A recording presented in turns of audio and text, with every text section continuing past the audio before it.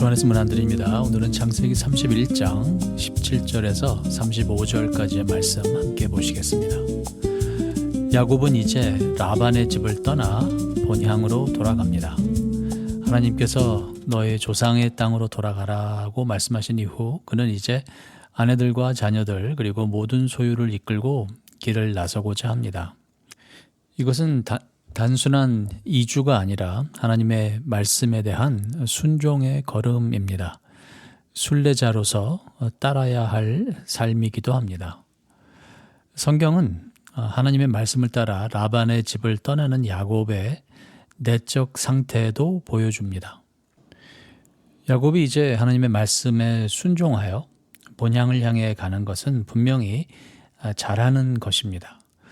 하지만 그런 순종하는 야곱의 마음 안에는 다분히 그리고 다양한 감정과 생각이 얽혀 있는 것을 볼 수 있습니다.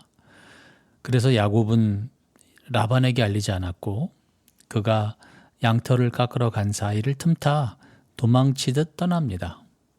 이렇게 하나님의 뜻을 따르면서도 여전히 사람을 두려워하고 상황이 무서운 것은 어쩔 수 없는 야곱의 모습만이 아닌 우리의 모습이 아닐까 싶습니다.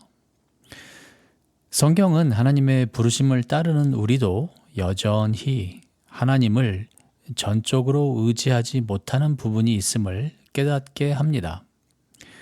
우리도 야곱처럼 하나님을 믿고 순종하여 나아가지만 여전히 사람을 의식하고 상황을 스스로 통제하려는 모습이 남아 있습니다.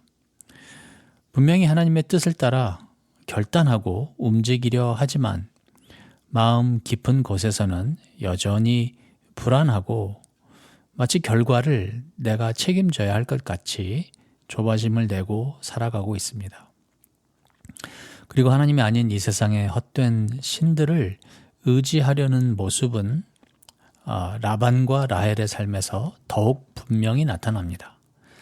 라헬은 아버지의 드라빔, 곧 집안의 신상들을 훔칩니다. 라헬은 하나님께서 야곱과 함께 하심을 분명히 보고 또 들었습니다. 그럼에도 불구하고 라헬은 여전히 과거의 방식과 눈에 보이는 보호막을 떨치지 못합니다. 그런데 사실 이것은 라반과 라헬만의 이야기가 아닙니다.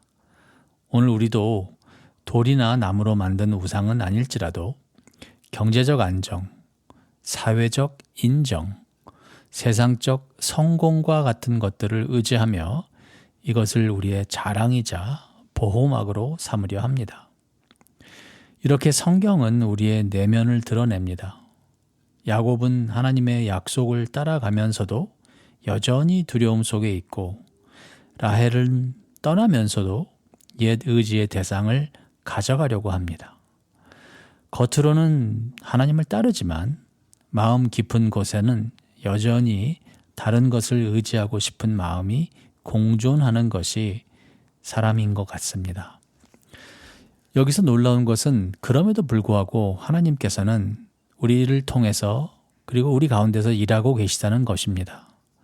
본문에는 눈에 띄는 기적이 나타나지 않지만 야곱의 여정은 막히지 않았고 라반은 원하는 것을 찾지 못하였고 하나님의 약속은 야곱과 그의 가족의 삶을 통해서 계속 이어집니다. 그리고 그 흐름은 결국에는 예수님께로 이어집니다.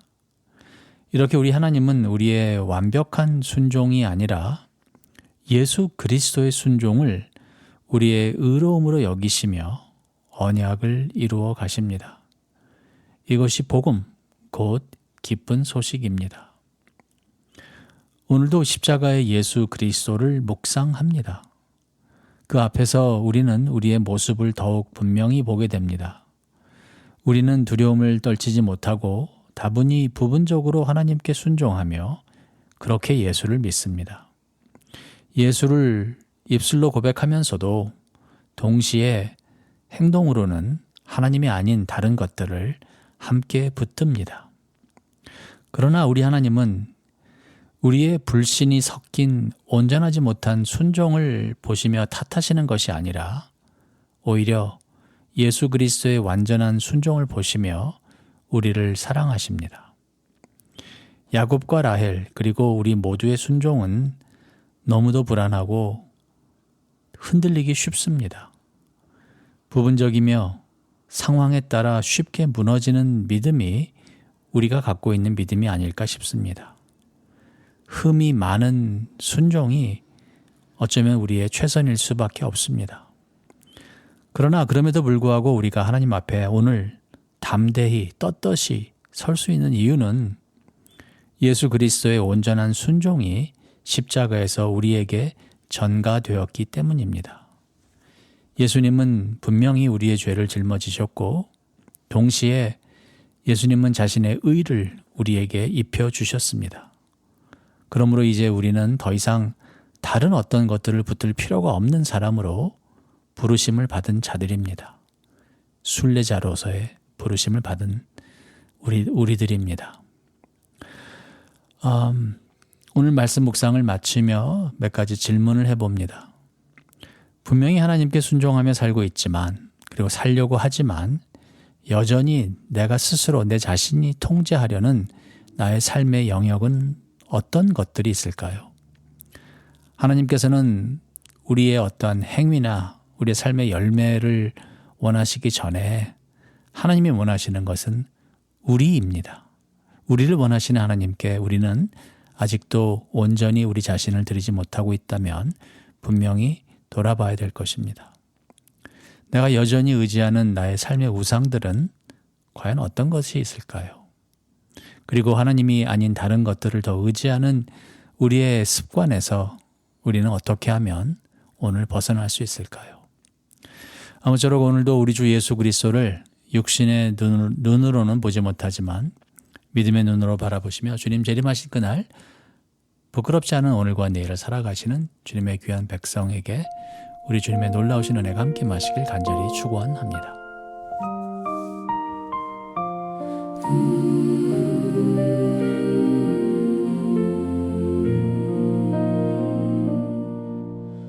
오라 오라 방황치 말고 오라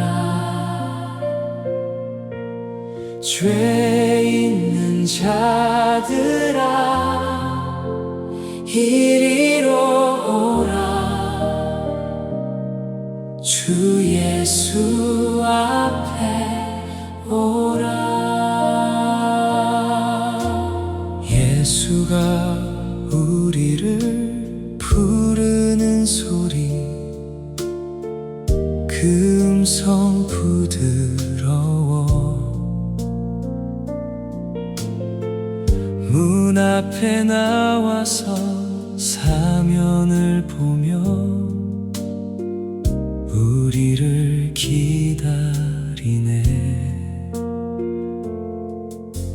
간절히 오라고 부르실 때에 우리는 지체하랴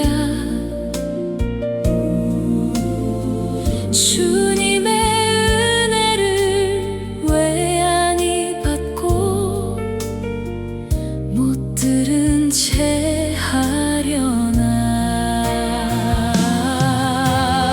오라 오라 방황치 말고 오라 죄 있는 자들아 이리로 오라 주 예수 앞에 오라 세월이 살같이 빠르게 지나 쾌락이 끝이 나고 사망의 그늘이 너와 내 앞에 둘리며 가리우네 우리를 위하여 예비해 두신 영원한 집이 있어